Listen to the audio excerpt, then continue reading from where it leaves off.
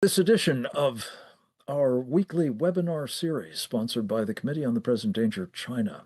It is purpose of the committee to raise awareness about the threat we face from the Chinese Communist Party, and in particular to expose the lengths to which it has gone for decades now to work assiduously to achieve the destruction of the United States of America through what it calls unrestricted warfare. Each program is devoted in one form or another to exposing such lines of attack and the damage that they've done to date, as well as both the potential for more harm in the future, as well as what we might do to prevent such harm. And indeed, ultimately, we hope, as Ronald Reagan did with the last totalitarian communist ideology that sought the destruction of our country, the Soviet Union, to put the Chinese Communist Party, or CCP, where it belongs, on the ash heap of history. There may be an opportunity to advance that purpose. That will be the subject of this webinar. It's about Cuba, in the first instance, the possibility that President Trump is poised to bring about the end of the Castro regime that has misruled the country for decades, impoverished its people, and posed a threat to both this country and others throughout the Western Hemisphere as it has advanced the toxic ideology of communism on behalf of not only its own government, but that of the Soviet Union, and subsequently Russia, and now Communist China, and yes, indeed, the Iranians as well. We are going to be exploring a very tantalizing possibility, and that is whether, if the Cuban regime finally goes down, whether that will be perhaps not the beginning of the end of the project Xi Jinping has invested massively in, namely the colonization of Latin America, the Western Hemisphere more generally, but perhaps the end of the beginning of that process, which has been moved along by President Trump through what he's done to help bring the Panama Canal back from the clutches of the Chinese Communist Party, and of course to remove its linchpin in Venezuela, Nicolas Maduro.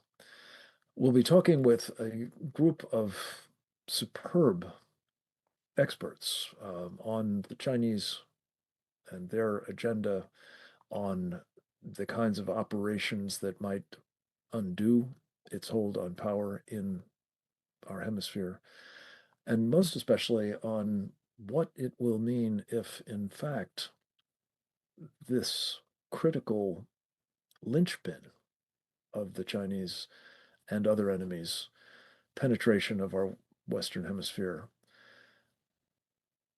comes undone in Cuba next. We're praying for that. We're going to hear first from a man who has contributed very faithfully to these programs, as he has to the work more generally of the Committee on the Present Danger of China, of which he is an important member. His name is Captain James Fennell. He's a retired United States Navy intelligence officer.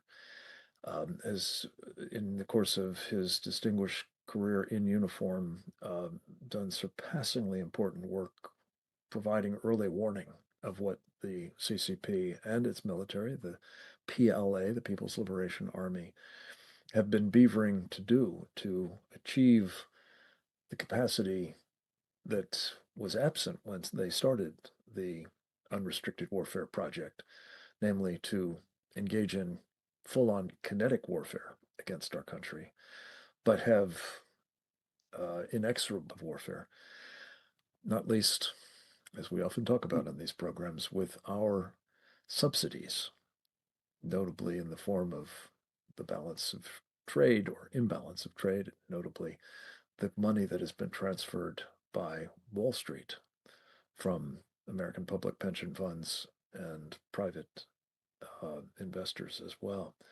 We're going to hear from Captain Fennell about his take on the prospects of the Cuban regime coming undone and having a very important ripple effect in Latin America. We have him via videotape. He gave me an interview as part of our Securing America program on Real America's Voice, heard earlier in this course of this, I think actually past week. We are very privileged to be able to excerpt it and present it to you now. Let's go to the video of Captain Fennell.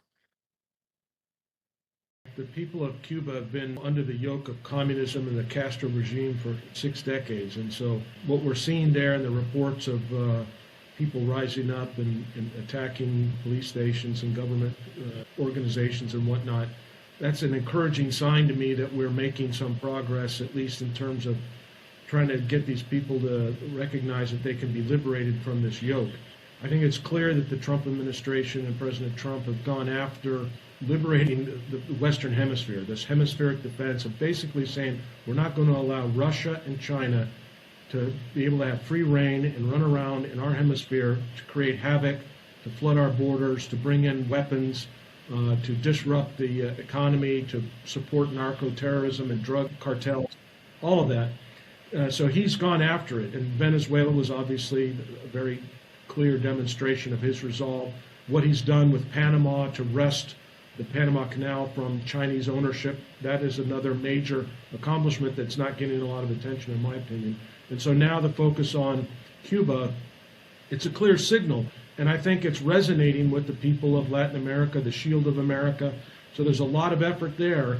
And so I think how it plays out, I don't anticipate armed conflict in any way. I think the people of Cuba have a chance here to stand up if we assist them.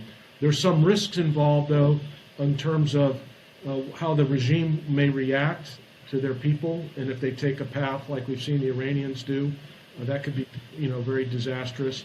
And then also, even if we are able to free it up, where do we go from there in terms of who comes in, and what about corruption on the other side, or could that, be recreated? So there's a lot of thinking and planning that needs to come ahead, but I think for the most part, it's an offer of an opportunity to return Cuba to a different age and a different time when it was a vacation spot for most of the Western Hemisphere. So I don't know how that's going to play out, but I'm encouraged to see that President Trump and his team are focused on eradicating and eliminating both Russian and now Chinese influence in our theater, because it's done nothing but really destroy America's national security, especially with that open border that just caused these floods of people to come in.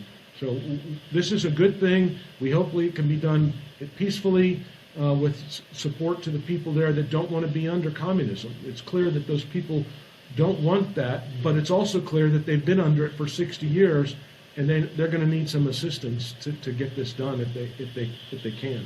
The Chinese over the last decade or more have, essentially taken over the listening stations that the Russians had, the Soviets had, and the Chinese are not just using it for signals intelligence and communications intelligence intercepts, but I also think that they're using it to help in their future plans to assist their hypersonic glide vehicle program that would be able to, this fractional orbital bombardment system that could strike the U.S. from the southern hemisphere with a shot that we saw them demonstrate in September of 2022, where they launched a hypersonic glide vehicle that circumnavigated the Earth and then landed in the fields in the deserts of China. But they demonstrated the capacity that system can work. So if you fire that south and go through the southern hemisphere, through the Antarctic, and then back up against America's southern border, we don't have the kinds of detection systems that we do along the northern border with NORAD. So I think China's using all of that to be able to basically have a foothold right off our southern border to assist any kind of program in that sense as well. Plus also, to just cause, terrorist kinds of activities that we attribute to the Iranian regime. But I don't think we can discount the Chinese Communist Party for what they do and who they fund and what activities that their proxies would be doing in a conflict against us. So it's something that we just don't need to have the Chinese Communist Party and the PLA operating 90, 100 miles off of our shore. It's not safe. Like if we can get Cuba out from under the reign of the communist regime, that will eliminate the ability, in one sense, for China to be able to spread Marxist and Maoist ideology throughout the Western Hemisphere, which they're doing. And so just on that alone would be a great achievement, just to get that kind of propaganda and communist thinking out of the region and allow people to get back to freedom. Amen. Captain Fennell, thank you for this important contribution to the program. We're going to hear next from another of our intelligence assets, if you will, man who has not worn the uniform in his intelligence capacity, but was without a uniform. He was working behind enemy lines as a clandestine officer for the Central Intelligence Agency for some 20 years. He served in uniform, however, before that in the United States Army. He has also been an assistant attorney general in Washington State. These days, he is best known perhaps for his extremely formidable and incisive commentaries and analyses published at And Magazine. You can find it at andmagazine.substack.com. His name is Charles Sam Faddis. Among other things, he is the author of both works of fiction and nonfiction, including Beyond Repair, The Decline and Fall of the CIA. We asked Sam to join us again. He was only able to do it via video, again, as part of the programming that we do at Securing America, at Real America's Voice. We've, with his permission, excerpted a clip from his appearance last week, and we will go to it as an important input into our conversation today as well. Let's do that now.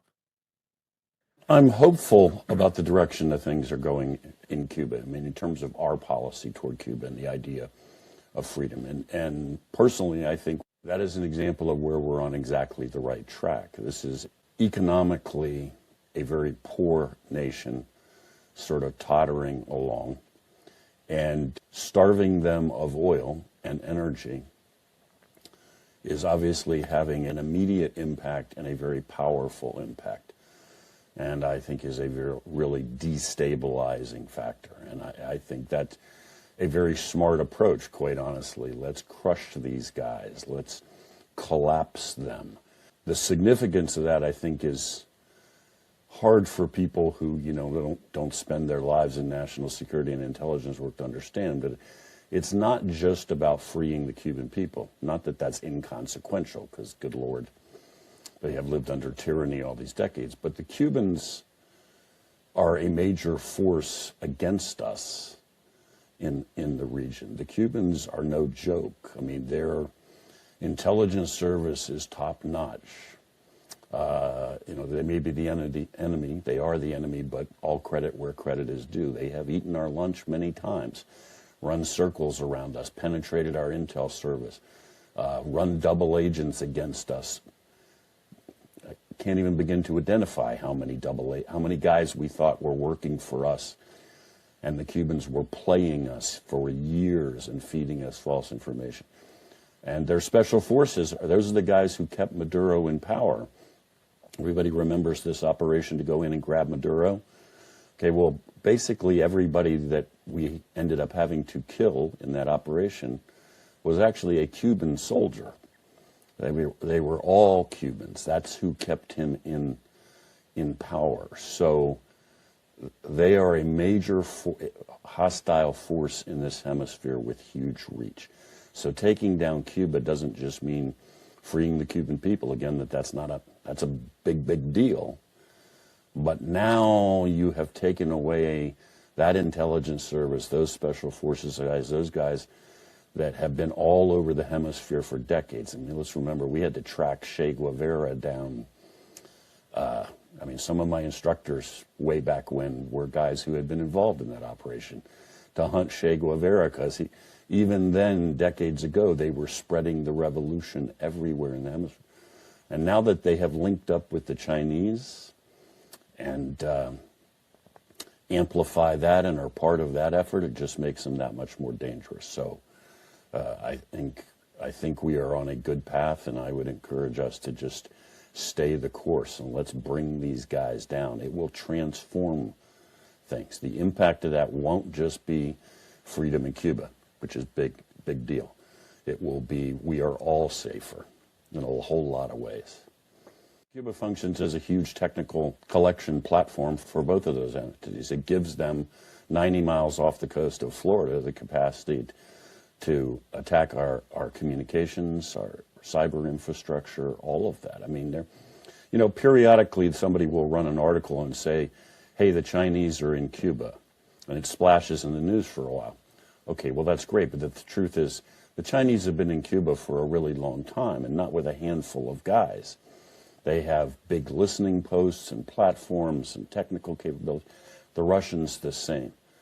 I mean, this is back to my point that when you take down that regime and the Cuban people are free, you have also really done significant damage to Russian and Chinese efforts against the United States. You have put them back on their heels.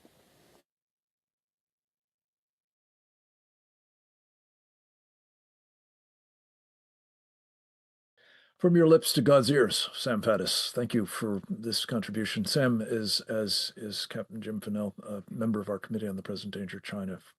Very grateful for both of their service in that role. We're going to talk next to Sergio de la Plana. He is a man who also served in uniform, another 06, an Army colonel, now retired. He served in the first Trump administration as the Deputy Assistant Secretary of Defense for Western Hemisphere affairs. He has been a businessman, a consultant, and a one-time candidate for governor of the Commonwealth of Virginia. We are very pleased to have him join us as well via the miracle of videotape in an interview that I conducted with him today for this program. And we look forward to seeing that excerpt from Securing America right about now. I think what you've seen out of Venezuela is something very promising. What you've seen is the Chinese are interested in making money. The Venezuelans stiffed them. The Venezuelans and the Chinese government set up a loan to the tune of $60 billion to explore and exploit the petroleum industry, and the Venezuelans haven't paid them back. And they're waiting for their payments. They're seeing that maybe they lost their money. And if you look at Articles 12 and 13 of the Venezuelan Constitution, you cannot sell oil or any other natural resource into perpetuity, which is exactly what Maduro and Chavez did. So what that means is that now that there's been a change in government, the United States can just use the money that you should be paying back to China because it was done against the Constitution and it's hurting the Venezuelan people, and use that money to help fund some of the things that the Venezuelan people are asking for. That's just one option. But what we've seen is that the Chinese are not particularly interested in hanging around if things don't go well. The Russians were there to sell their goods. Their goods did not get sold. They also were there to sell influence, or at least fulfill Russian needs, which is how can we use this as a platform for intelligence? And they're also packing their bags and leaving. A lot of the Cubans that were supposed to protect Maduro have decided to pack their bags and leave because obviously their performance wasn't at the top of its game when U.S. Special Forces went in there and arrested Maduro. So there's some real benefits in having some of these people either weakened or departing. And the same thing is going to happen in Cuba. The Russians used the Lourdes platform to listen in on the United States. And their presence has been diminished. I'm not there. I don't know the exact number of people that still remain in Cuba, but I would argue that right now they're as uncomfortable as the rest of the Cubans, and they're probably packing their bags and leaving. The same thing with the Chinese. So the impact on their influence in the hemisphere is being reduced. The other thing that is significant is when I was at DASD, we had the best alignment of countries with the United States that we'd had in our history. We're moving back into that direction. The three big players that still remain to be determined is Colombia, Brazil, and Mexico.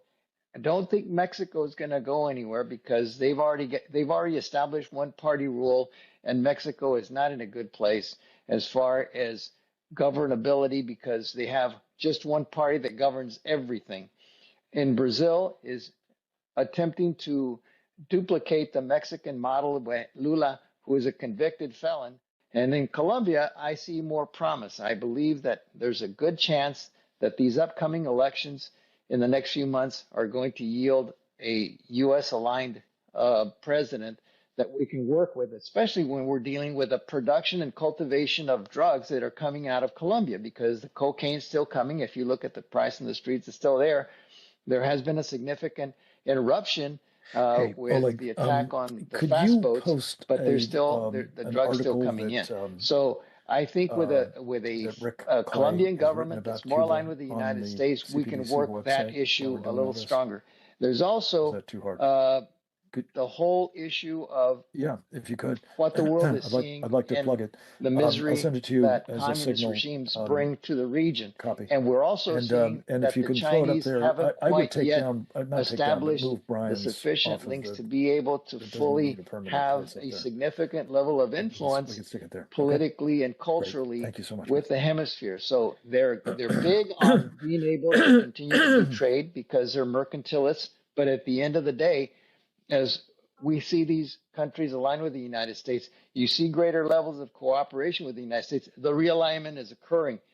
Being able to capitalize on that alignment is going to be critical. Going back to Secretary Rubio's plan to stabilize, recover, and transition, I think is going to be the next step. It's going to take time, and you're going to have to give people the opportunity to posture themselves in a way where they can become active players in this. And there's got to be more pressure put on the Venezuelan government to release all of its political prisoners. The same thing in Cuba. And you can start making these incremental steps that I think Secretary Rubio is in the process of doing. I'm not there. I'm not privy to that information. But I see that as a definite possibility. And over the long term, there are some promising possibilities for both Venezuela and Cuba. This is a dynamic situation. I think the Chinese are seeing that they're losing influence in Venezuela and Cuba, so they're going to look at where they can still make sure they're anchored into Latin America. So I would be looking at Peru. I'd also be looking at Brazil because that's a key player. Brazil has so many natural resources that China desires that there needs to be some type of a conversation taking place with Lula, asking him to see whose side he's really on and how we can at least come to some type of a more favorable accommodation where Brazil comes back into better alignment with the United States. And I think that that's a possibility that can occur at the diplomatic levels especially with Secretary Rubio that really understands the hemisphere. There hasn't been a Secretary of State that fully understands the nature of relations with our partners in the region than him. What would you recommend in terms of policy at this point to President Trump? Sergio, you served him in the past. What's your counsel at the moment now? Well, I think it's to take advantage of the gains and work to moving Venezuela and Cuba in closer alignment with us. I think that there's significant pressure that can be put on both of them because they're not in a good place and their people are getting restive. And, just to give you an idea, so one of the things you got to deal in Venezuela, since I lived there for 3 years, before I went there, I knew of no one who had ever been carjacked in my life, ever. By the time I left Venezuela, I knew 22 people who had been carjacked. So that was before and during Chavez. the point that I'm making there is that they can also be restive again, and then you're going to have a bigger problem.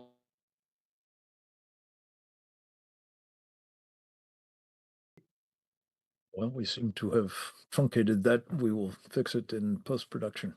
Sergio, thank you. This is important background, especially the tie-in between Venezuela and Cuba.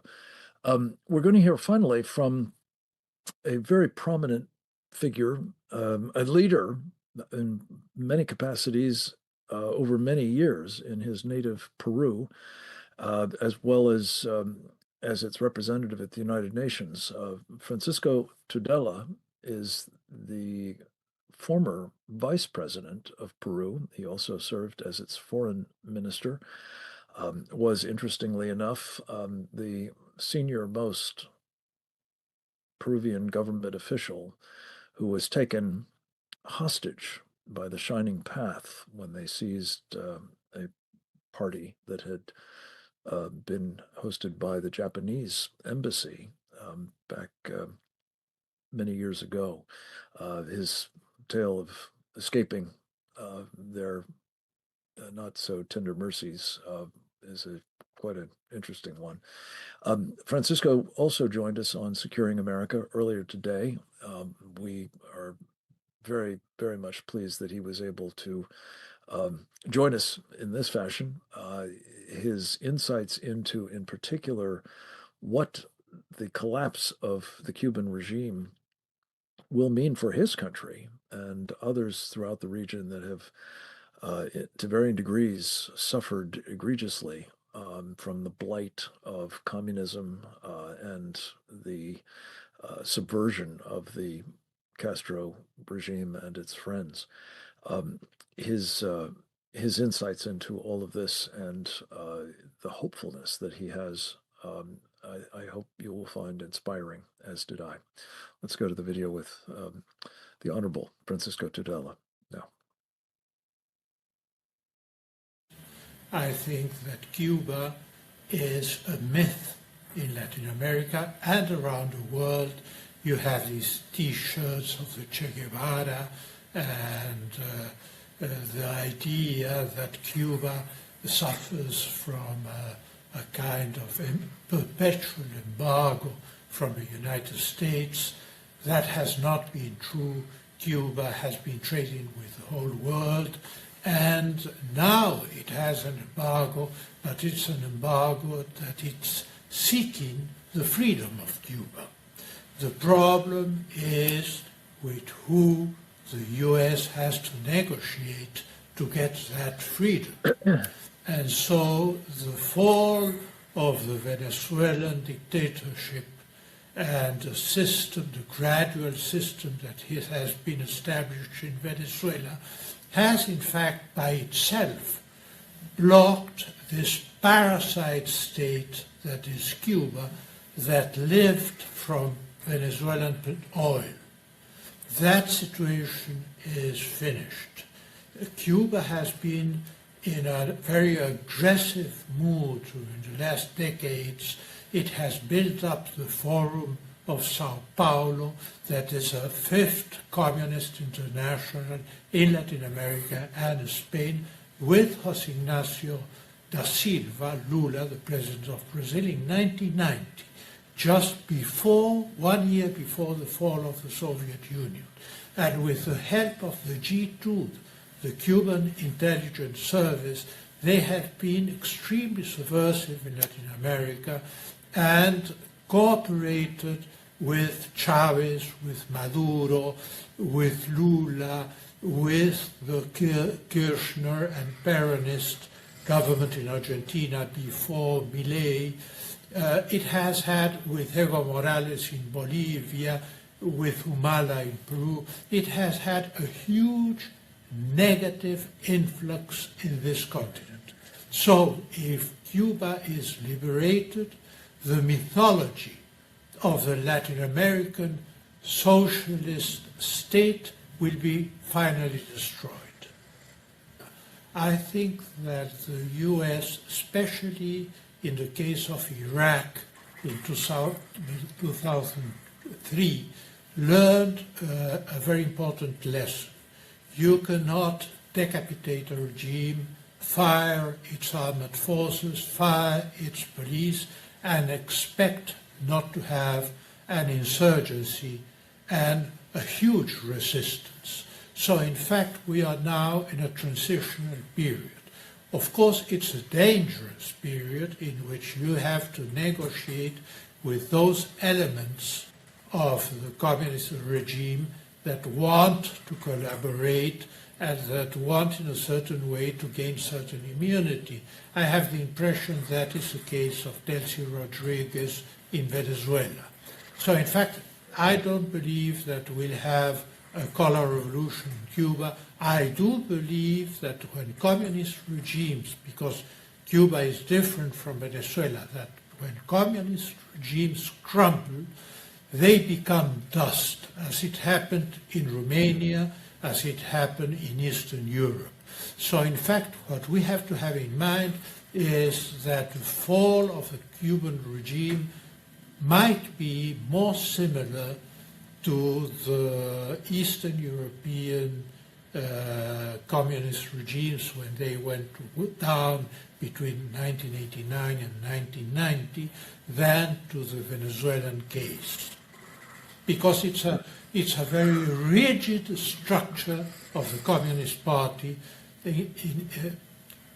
Venezuela was a kind of populist government, but of course it was Marxist-Leninist, but it hadn't the structure and the intelligence services that has Cuba. If that is undermined, the whole structure will fall and become dust.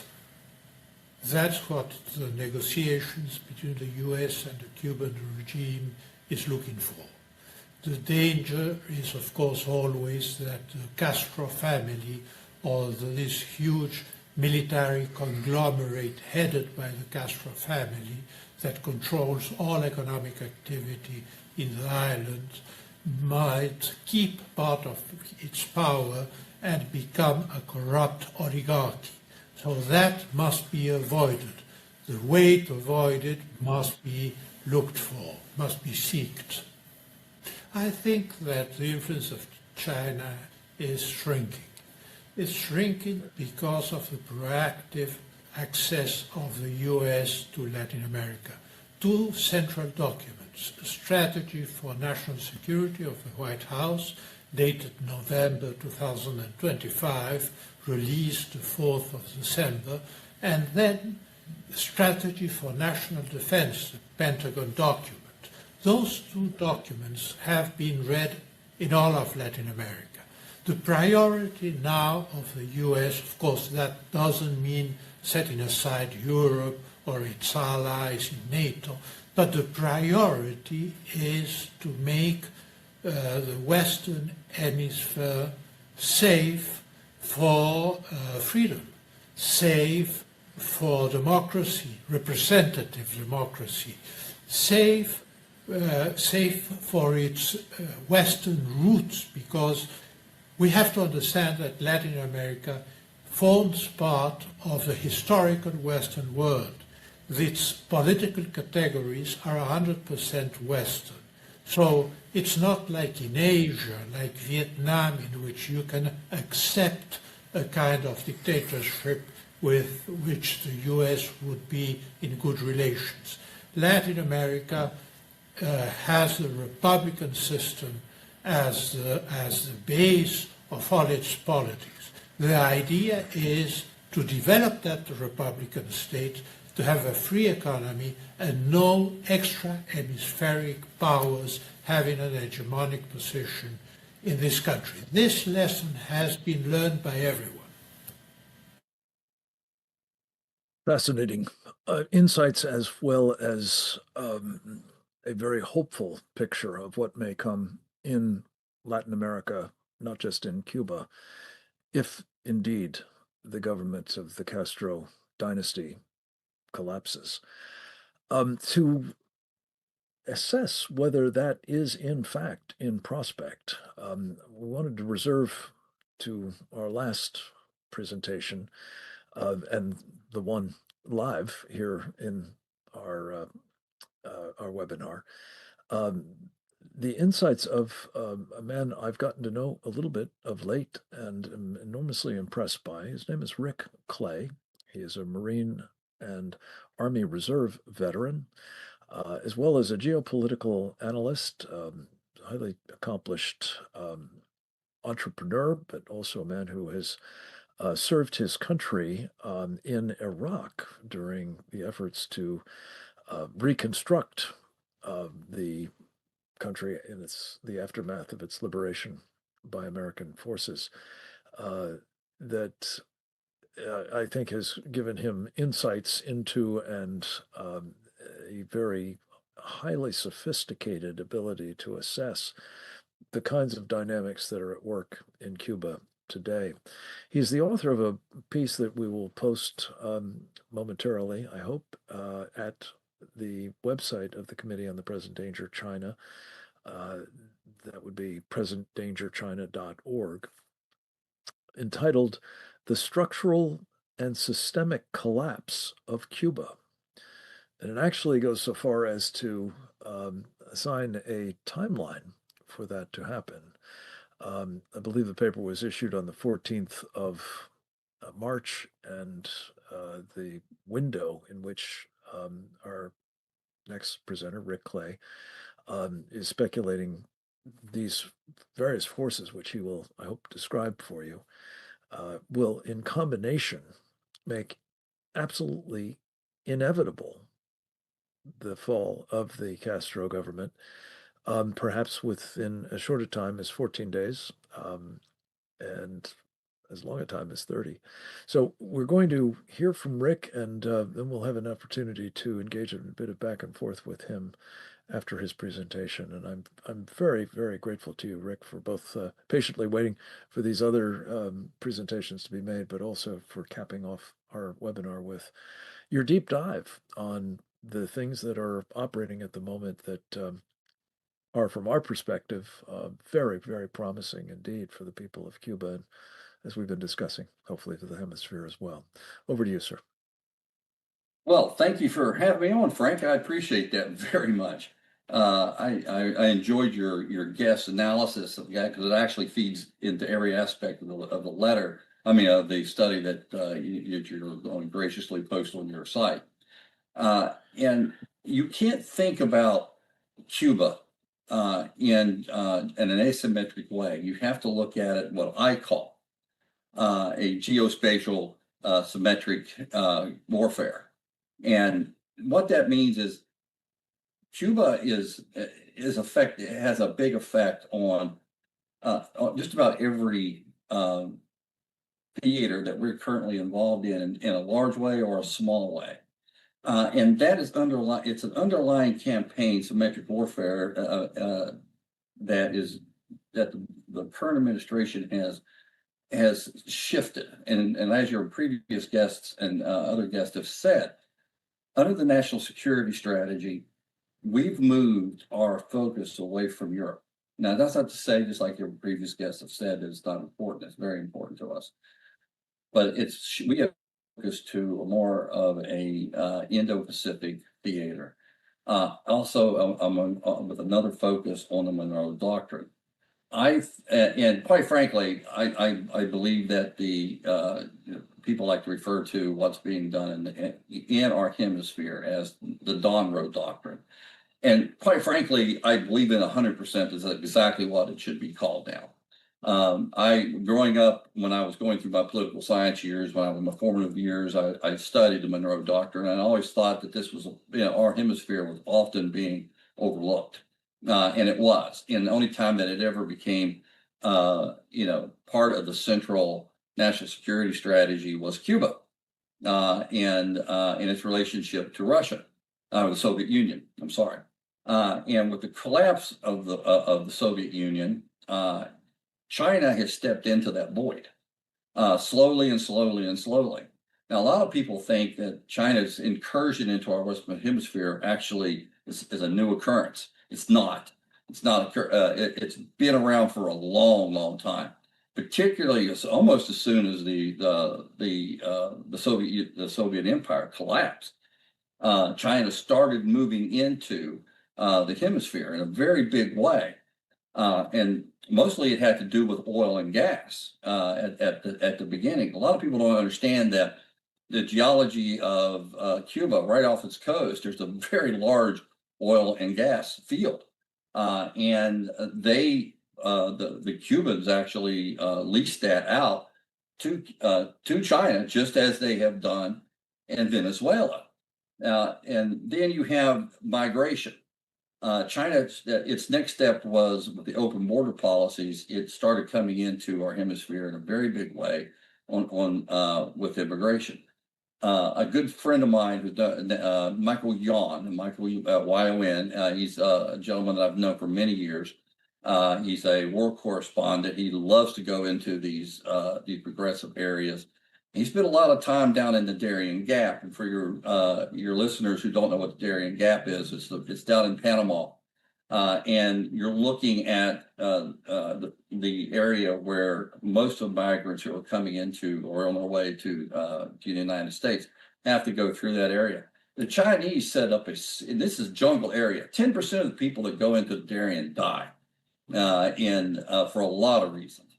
But the Chinese set up a bunch of waypoints with, I might add, the knowledge of the United States government. Sometimes we even argue they didn't help. But they set up a series of way stations where they're Chinese. Only the Chinese migrants that were coming through that gap had a place to get food, medical care, and also funds. And then they would move on to the next way station until they got through the Darien before they made the rest of the trip back into the United States. And they were coming in by the thousands, just like, tens of thousands, if not way more than that, actually. And they're all at military age males. And so that was one of their big incursions that they came in. The next one that they came into the United States was actually the port facilities out in the Caribbean basin, and particularly on the port facilities in Panama. Now, enter this geospace here. We have Donald Trump and the new administration with their refocus on the Indo-Pacific and into this hemisphere. And he immediately started challenging those pillars of the Chinese movement into the hemisphere. And the first one, as everybody is very familiar with, he closed down the border, and to the point where actually the Darien Gap is no longer that transient point. It's still there, but it actually has seen a reverse migration back through the Darien Gap, and so that part of their strategy and the recursion into this hemisphere has stopped to a great deal. And then the next one, as we all familiar with, is the ports in Panama. The ports in Panama, the Panamanian government had just made their ruling that that they're taking those ports away, and they've agreed to the sale to the U.S. controlled firms. That is huge, absolutely huge. And then you look at the port facilities throughout the Caribbean basin. The Belt and Road Initiative was very big in the Caribbean basin. There's 26 major ports in the Caribbean basin, and China basically almost controlled all of them.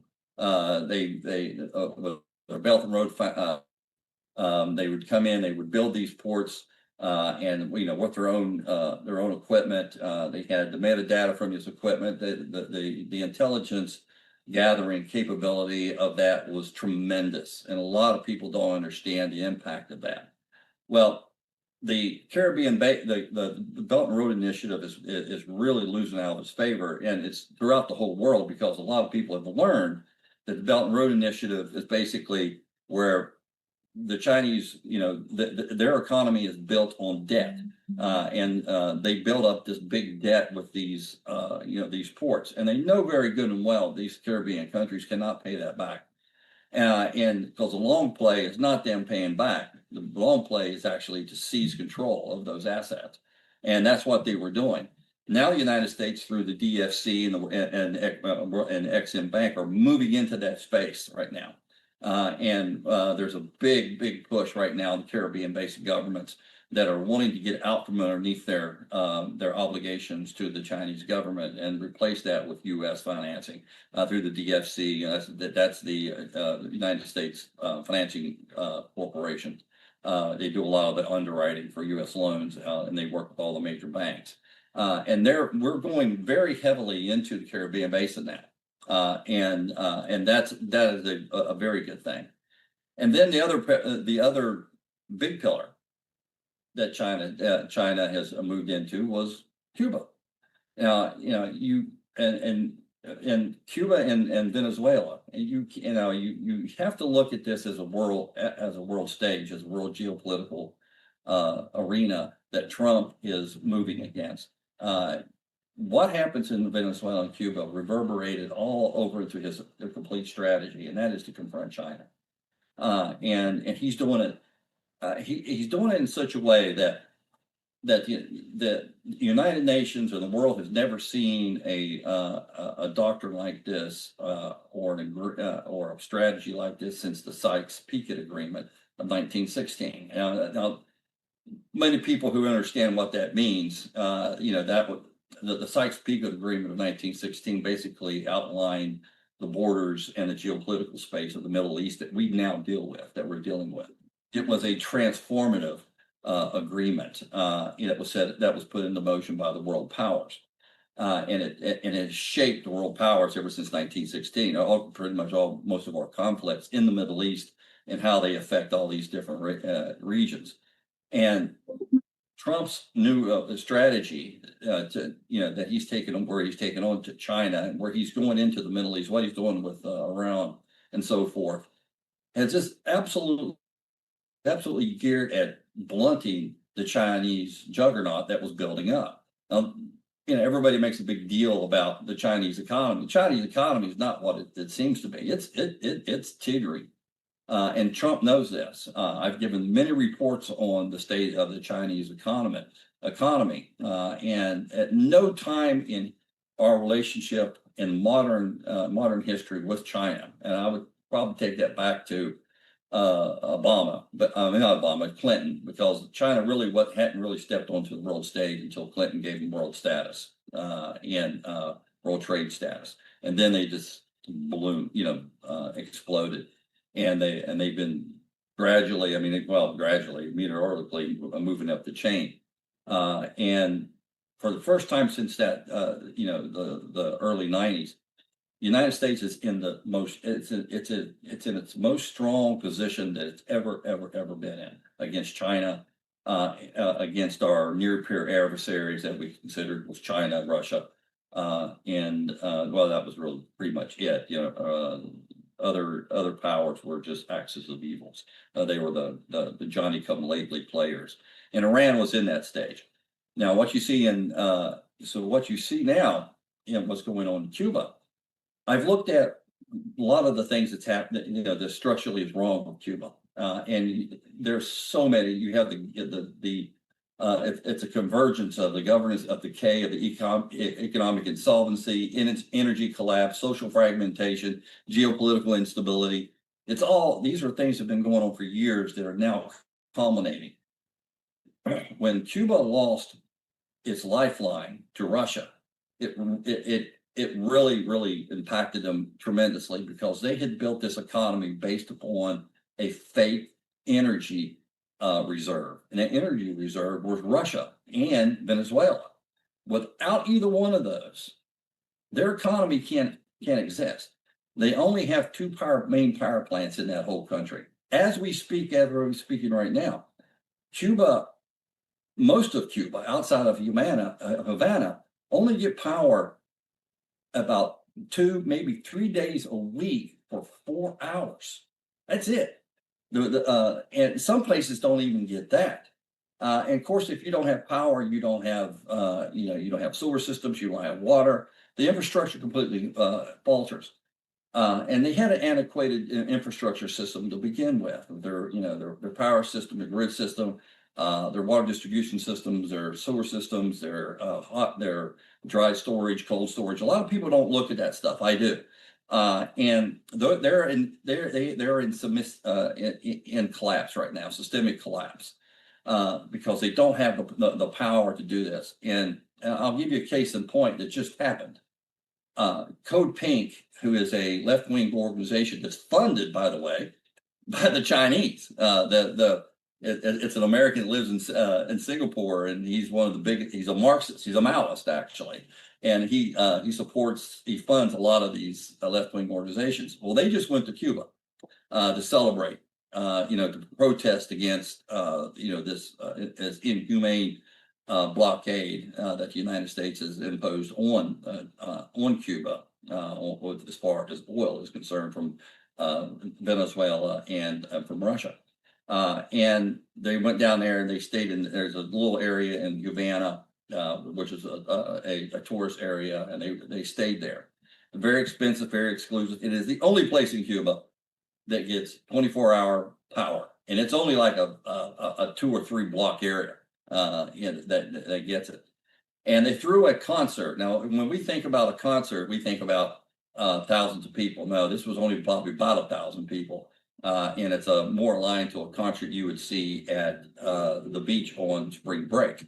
But the power that they had to draw for that small concert drew from the city. And the whole city the city went through brownout. 7 people died in the hospital because they didn't have enough power to keep the respirators going. And they didn't have the emergency backup systems to run it. They didn't have the fuel. So that gives you just a current day look at the systemic collapse that's going to happen in Cuba. And you can't talk about Cuba without talking about Venezuela. Rodriguez in Venezuela, the new interim president, has agreed with the Trump administration to curtail oil shipments to Venezuela, which they dramatically depended upon. When you look at Venezuela and Cuba, that relationship, Cuba is, as your previous guests have accurately pointed out, they are the brains. And Venezuela was basically the muscle. But then on top of that muscle, you had, as your previous guest with the Central Intelligence Agency pointed out, you basically have an occupying force in Venezuela that was the Cuban intelligence service and special forces, and that's why we went and got Maduro. We killed nothing but Cubans, and now that we have Monroe Doctrine, that Trump and Rubio and them are pushing. If you look at Central and South America, almost 92% of the maybe as high as 95% of the countries that are in that have switched from a socialist communist government to democracy, and a lot of them to a conservative democracy. And you're getting ready to see that in Cuba. Cuba really, I don't see it from looking from my perspective as infrastructure, because that's what I look at. I look at infrastructure, physical infrastructure. I don't see how they last any more than 30 days. And I think we're about in the midpoint of that right now. Actually, there's already secret negotiations. They're not secret. It's not, if it's a secret enough, people don't know it. But a lot of people know about it. Rubio is talking to Castro right now, the Castro family. They are negotiating a transition right now. While the terms of that transition, I'm not really too sure of it yet. But one is trying to secure, the Castro's seat and power. Not seat and power, but their economic interest in Cuba. The money, and that's what's being negotiated right now, and bringing in these democratic forces that currently exist. And I know that part of those talks is the Cuban, the Cuban resistance in Miami. Their leaders are actually involved in that discussion with Cuba. So Cuba really knows it's sitting on the precipice of looking over that cliff if they're not already taking the first step over. It's just who's going to, just the question is when they finally lose their balance and go over, they physically can't do it. And there's another aspect of this that I like to point out that people really understand about Cuba is I think Cuba is this beautiful island, which it is, but it's actually geologically unstable. And so when you have infrastructure, and I have a big background in infrastructure, when you have infrastructure, if you have a unstable geology, it dramatically affects the solvency or the capability of that infrastructure to work. Well, so you have an aging system that does not have any fuel to keep it going. And then on top of that, you have an infrastructure system that is adversely affected almost daily or weekly by seismic activity. And when we get into the hurricane season, it's even going to be worse. And they do not have the ability to reconstitute those systems. It's the same thing that's happening in Iran right now as well. And now, what does Cuba? If Cuba falls, what does that mean in the world? Because I pointed out earlier, it has an effect on a lot of different places. Let's look at Russia, for instance. Russia, as we all know, is going through this horrible war where you have anywhere between 1,000 casualties in a day sometimes, and you're looking at a lot of those soldiers that are going into what they call meat assaults. The Russians are launching are from Cuba. Cuba was exporting a lot of its young men men to Russia as contractors. They were they were going there for construction work and whatever. And they ended up in the next thing they knew, they were given a gun and a uniform, and they were put on the front lines against the Ukrainians and told to charge. And so that now is gone. I think there were 15, almost 20,000 Cubans. The last time I checked, that had actually entered that fight. And no one knows what the casualty rate of what they have. But when you have a kill ratio, I think the kill ratio now in Ukraine is 1 to 10, which is unheard of. So I would say they're pretty much decimated. So you've taken a large chunk of human flesh, I hate to say it that way, off the board for Russia. And Russia cannot, it cannot resupply Cuba. I know there's a flotilla. I love it when they said flotilla because I looked into it. Russian flotilla that was going to challenge the U.S. blockade. Well, what it was a Russian destroyer that was moving into Cuba, but it had a tanker with it. That tanker, everybody said, well, that's an oil tanker. Yeah, it is. It's an oil tanker to provide fuel for the destroyer. and if when it gets to Havana and it offloads, if it would offload everything it had, the Russian ship couldn't get back to Russia, go back to its Baltic base. It would never make it, and the fuel that would be dropped off would be minuscule. So it's not what the press made it out to be.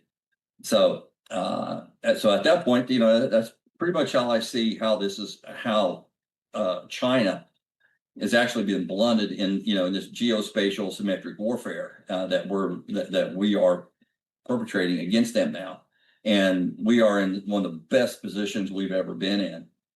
When Trump does go to China, he is going to be in a very, very strong position because he'll have, if what I think is going to happen in the Middle East, as far as the Gulf, and those Marines do take Cog Island, and I believe that if there is not a settlement before then, that's most likely what we're headed for.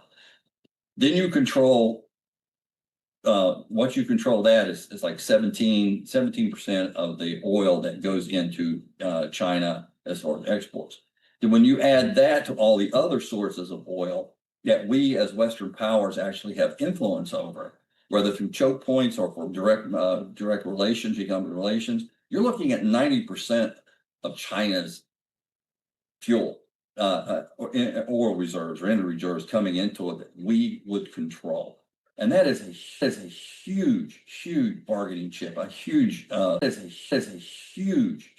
bargaining chip. A huge huge bargaining chip. A huge huge bargaining chip. A huge positioning chip for Trump when he goes in there. And the Chinese economy is not the Chinese economy that everybody thinks it is right now. It is teetering. Its financial markets are teetering. They're having to infuse for massive amounts into the regional banking systems. Their banking failures are going through the roof. They're trying to switch from. Rick? Oh, I'm sorry. Let me just interrupt you. You're on a roll, and each of these excursions that you've taken off the main topic are worth a webinar in their own right, and we look forward to having you back to do that. But I did want to just take a few minutes to do some Q&A with you before we have to wrap the program. And thank you for an extraordinarily impressive and I think compelling description of why it is that is really in prospect now, unless somehow we decide we're going to try to prop it up, perhaps a Venezuelan solution, as the president has come to call what he did in the absence of Nicolas Maduro. And I'd like to ask you about that. I believe that he has taken an interest in your analyses in the past, and perhaps is actually taking counsel from you. What are your thoughts about this prospect that in the interest of stability, as we've been hearing a lot about in connection with Iran, of course, we need to try to work with the existing governmental structures and not have an Iraq kind of chaotic transition. You have the experience of having been in the middle of that chaos, I think, and I'd be very interested in your recommendation as to how the president should proceed in all of this. Well, you get to a point where I was getting ready to. I was actually getting ready to go into that a little bit. I saw firsthand. I was actually involved in that process in Iraq, nation building, and I saw the failures. I saw the successes, and there were tremendous successes. Believe me, they just weren't reported. But the one thing that we learned, and one thing that Trump has learned from this, is not to go into nation building. You go into it just a little bit, but you don't really go into nation building like we did in Iraq, where we did everything. I mean, you're looking at a guy that I actually had a hand in actually writing the Iraqi Constitution. Particularly when it comes to home rule, a little hillbilly guy from West Virginia, and the mistakes are going to be made. So, but the Trump administration is not wanting to go into nation building, and I think that's rightly so. You do these military operations, to decapitate or maybe enforce change and so forth. But you try to work with the existing existing apparatus and trying to establish a more friendly type of government that is there. It's basically I call it the George Patton strategy, actually. George Patton, after the war, he got in big trouble for, of taking German expertise, that was currently there, that was already structured, and he kept it in place in order to make a functional country, because he was in charge of a certain area, a very large area actually, and it actually survived quite well because he utilized what was there. He only took the decapitation. In Iraq we call it debafication. We actually took second, third, fourth tier managers off the board, which was the wrong thing to do, because we needed the third and fourth tier guys to run the country. We didn't need the first and second tiers. They were the guys with blood on their hands. We got rid of them. Get rid of them. But the third and fourth tier guys you keep, and that's what he's did in Venezuela. He took out the big guy. He's agreed. He's allowed Rodriguez to stay in power in an interim basis as long as she does certain things. And as your guest said, with a gun to her head, and then you have the Nobel Prize winner. She's in the wings, and I think and she's going to. They'll have elections, and then the Venezuelan people will decide, hopefully, who governs their country. In the meantime, that apparatus that still was operating the country is still in place in Venezuela. But they have to, there are certain conditions that they have to meet, or, hey, it's the next guy up, and we're going to see to it. Same thing you see in Iran. You see us currently doing that in Iran. You don't get into the nation building part of it, because then you have to have a security presence. You have to have a financial presence in a very, very, very big way. You have to have a technical and expertise presence there, and that's hard to find, to be quite honest with you. To run that country. Let me just ask you, though, Rick, to sort of tease this out.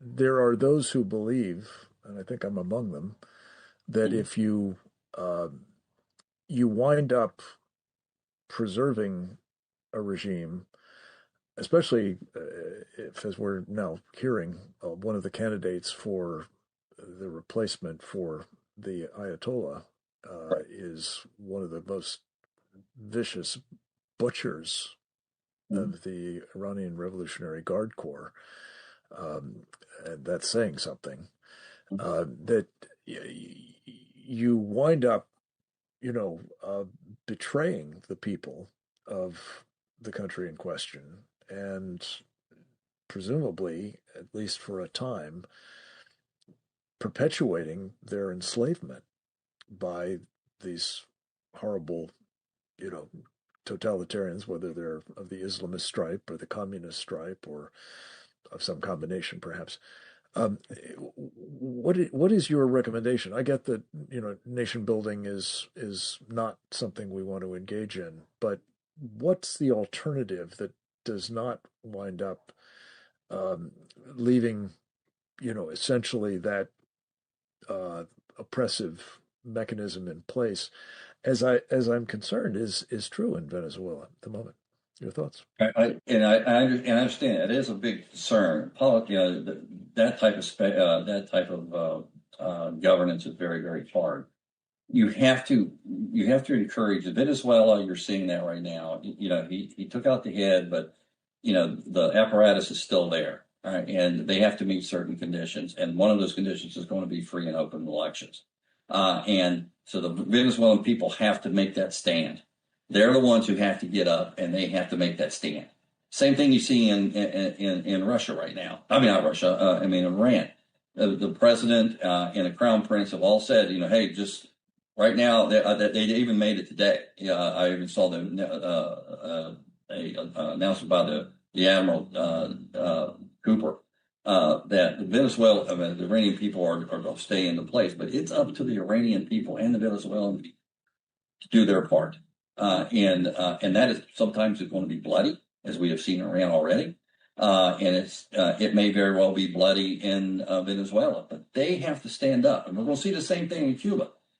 You have to give those those abilities, those governments there, if you want to call them that right now, the ability to sustain themselves, and that is infrastructure. That is the beans, the bullets, the butter. They need all of that. They need the fuel. They need the lights to come on. They need the food to come in, and so forth. And then they have to stand up, and we have to set the stage so that they can step in. There's no cookie cutter. To take a cookie cutter pattern, put it in Venezuela, then put it in Cuba, and then take it in Iran will fail. You've got it. Each one has to be specifically designed for that particular culture. Culture is very, very important when you develop these systems and put these practices in. Let me just ask you a final question here. Given your analysis of the situation in Cuba and the dire prospects in each of the, I think it was 7 different, component parts of the unraveling, the systemic collapse that you're forecasting,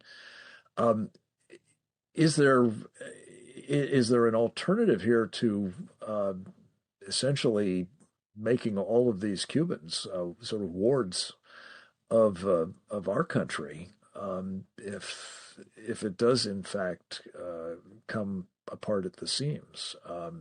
How do you see the way ahead for that country? I take the point that each is unique, but I think we've all been impressed by the entrepreneurial skills and productivity and success of Cubans who've come to this country. Presumably, a lot of them, even though they've been indoctrinated and worn down by communism, will, if given the opportunity, demonstrate similar kinds of ability and thereby give hope for the country's future. But there's going to be a period where it sounds as though there's no power. There may be a lot of, structural damage done already or coming due to the geological conditions.